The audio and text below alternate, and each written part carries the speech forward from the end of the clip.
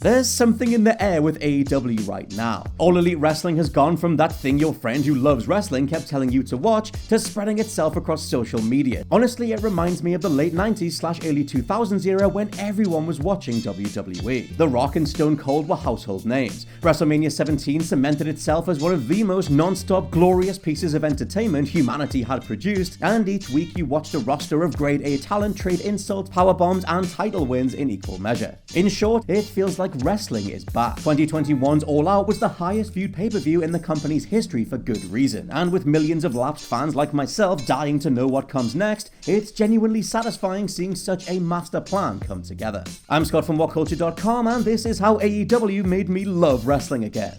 Number 8. No mainstream wrestling event landed like Punk's return. The Rock returning to the ring, Undertaker losing at WrestleMania, Edge's return. The world of wrestling occasionally permeates pop culture, but hands down nothing was quite like the eruption of "oh my god, really" style reactions to CM Punk stepping back into the ring after 7 years away from the sport. Sure, insiders knew it was coming, but his return to AEW, especially once footage started doing the rounds online, saw millions of fans, new and old, losing their minds. Everything that happened in this glorious half hour helped present AEW to the world as the next mainline wrestling entity worth your time. Number 7, it doesn't feel worn out. To put it simply, and it hurts as he was my favorite wrestler, I don't want to watch The Undertaker do anything other than another documentary series in 2021.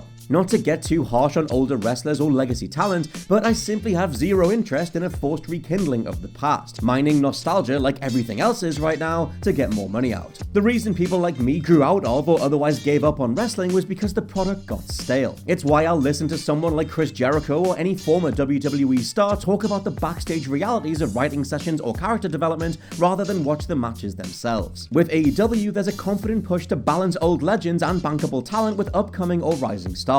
Even CM Punk versus Darby Allin was nigh impossible to predict, as it made just as much sense for AEW and the fans if Punk won as Allin to go down in history with Punk's blessing backstage. Going forward, it's going to be a tough tightrope to walk, especially as wider media headlines are already centering on the combination of CM Punk and Bryan Danielson fronting the company, but there's a youthful spirit being respected here that I've not seen in WWE since the early 2000s. Number 6. Creative freedom you can feel on screen. From Jon Moxley getting a kick out of being the guy that beats people into a fine paste, to Austin Luchasaurus Mattelson becoming a camera-shaking dinosaur after hearing a fan chant and turning it into his entire persona, AEW feels like it prioritizes creative freedom. Now, I simply don't know the realities of WWE management. I'm not a hardcore wrestling fan overall, I've not kept up with any number of behind-the-scenes factors over the years, but what little I have heard from wrestlers departing WWE for any number of reasons lines up with why AEW appeals where WWE falls down. Watching AEW's Before the Bell documentary from 2018 and realizing that wrestlers Cody Rhodes and the Young Bucks, Matthew and Nicholas Jackson, double as VPs for their own company imbues the whole production with an almost grassroots spirit. Yes, billionaire backer and show planner Tony Khan is instrumental too, but any member of a workforce elevating themselves to a management position versus a stat-watching businessman dictating what's right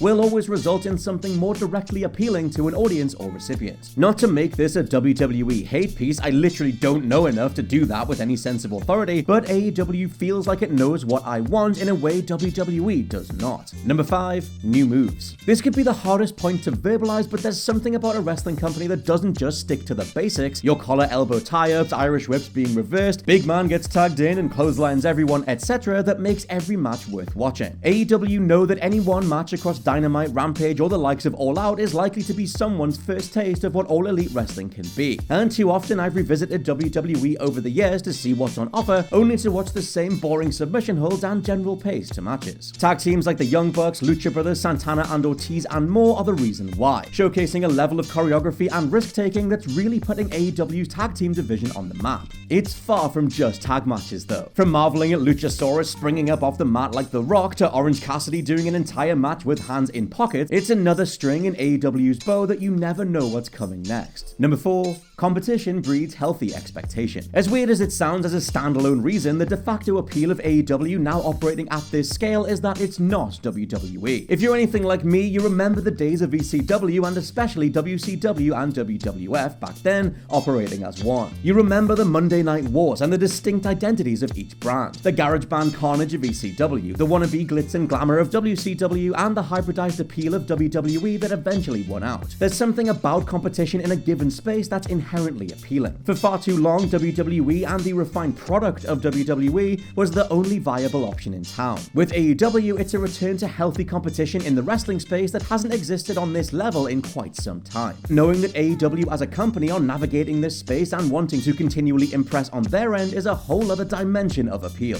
Number 3, tight show length and pacing that respects my time. Let's say you wanted to get into WWE right now fresh. WWE Raw is a staggering Lord of the Rings-sized 3 hours, with SmackDown a meaty 120 minutes. There's optional extras like NXT and monthly pay-per-views to factor in, but brass tacks, if you're watching WWE at the base level, that's 5 hours of TV you need to free up each and every week. By contrast, AEW Dynamite is a solid 2 hours, with Rampage a liquid butter single hour. The point extends to how AEW is paced as a television show too. Put blatantly, time flies watching AEW. Any backstage microphone spots, your call-outs, insults, etc. are kept to an absolute minimum. Yes, there are in-ring interviews that double as dog and pony shows for the likes of Punk, Adam Cole, and Bryan Danielson, but the focus is on wrestling. Number 2, realizing what you've missed. One of the most fun parts of getting into AEW is recognizing the combined talent and appeal of, say, Kenny Omega, Orange Cassidy, Luchasaurus, Jon Moxley, the Lucha Brothers, etc., and knowing there's so much in the AEW archives you haven't seen. Ask any AEW fan who's been along for the ride since the beginning or for any substantial amount of time for recommendations, and they come thick and fast. There's an energy to an AEW love fest that's infectious as hell, and our own Michael Sidgwick pointed me towards Omega versus Moxley at Full Gear.